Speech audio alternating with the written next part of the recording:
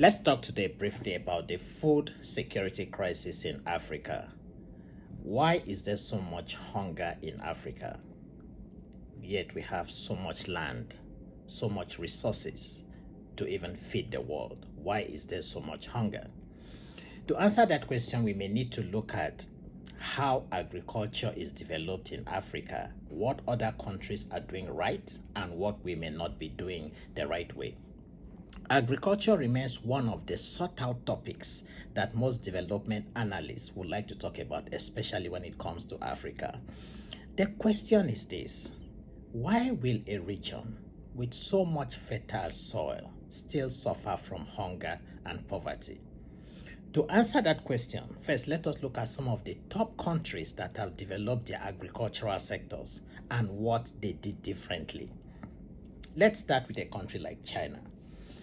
50% of China's workforce depend on agriculture. China cultivates 55% of their landmass, and this contributes to more than 12% of their total economy. Next is India. India's agriculture contributes about 18% to its GDP, with over 55% of their households depending solely on agriculture as a source of income. Now, it will surprise you to know some of the products that India exports and makes billions and billions of dollars. India exports spices, spice products, and between 2020 and 2021, India generated about $4 billion in the export of spices, things like curry powder, red pepper, cinnamon, ginger, and other smaller spices. In Nigeria, we have so much spices rotten and wasted in our villages. But this is what India uses to generate over $4 billion annually. The biggest problem we have in Nigeria today is the abandonment of projects. Our leaders come up with wonderful agricultural ideas. They attempt to initiate these ideas. They make huge budgets. They initiate the projects. 1 or 2 years down the road, they abandon the project and move to something else. Development, real development, does not work this way. There has to be persistence and consistency. Let me give you some examples.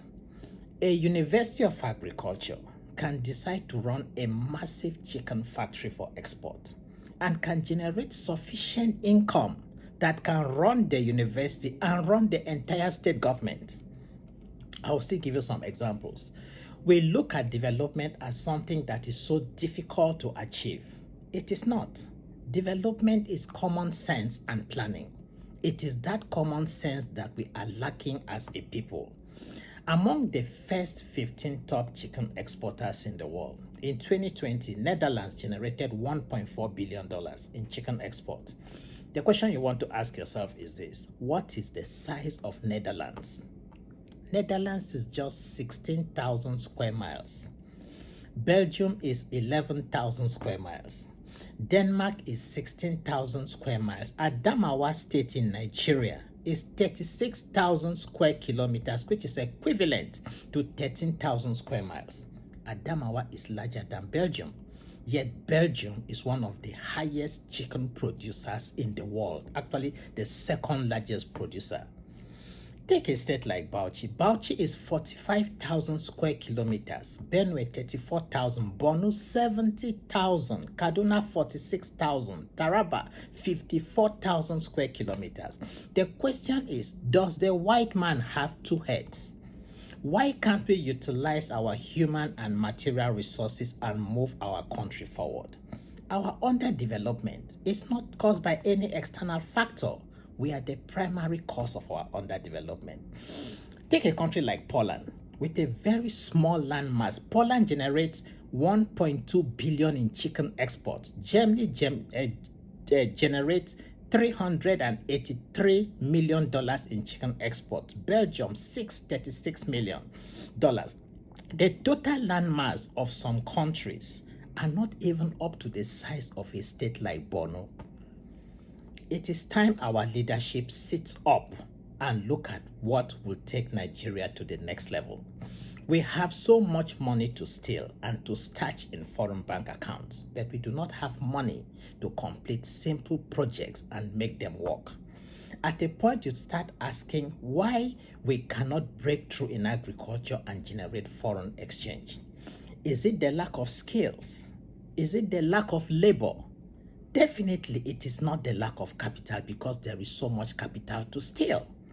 Nigeria's underdevelopment and poverty is the making of the ignorance and greed and selfishness of the Nigerian political elites who conceptualize projects only to make political gain than genuine production for domestic and export markets. Only Nigerians can fix Nigeria. Now, in terms of agriculture contributing to GDP of African economies, it's because sometimes what I've done in the past, I try to generalize and talk about Africa, but I don't think that generalization is proper. The only success story we have in Africa today is Liberia and Somalia.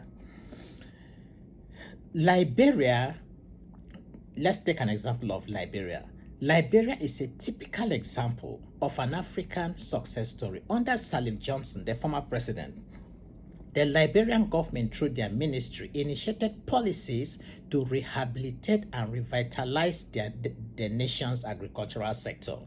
Now, as of 2009, 42% of Liberia's GDP was generated from agriculture. Today is about 62%. The question is, how many states in Nigeria can boast of a successful agricultural-based economy? Every state government in Nigeria sits idle and waits for federal allocation from Abuja, without which states are unable to pay salaries. Only Nigerians can fix Nigeria. No nation develops this way. Now, listen to me carefully while I conclude.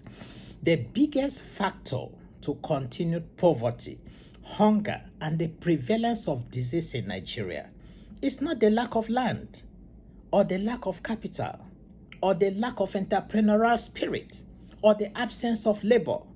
Our biggest problem continues to be politics. The corruption and avarice of our political elites, irrespective of political parties, is directly responsible for our failure in nation building. Until we change our politics and move to proper development, change cannot come to Nigeria.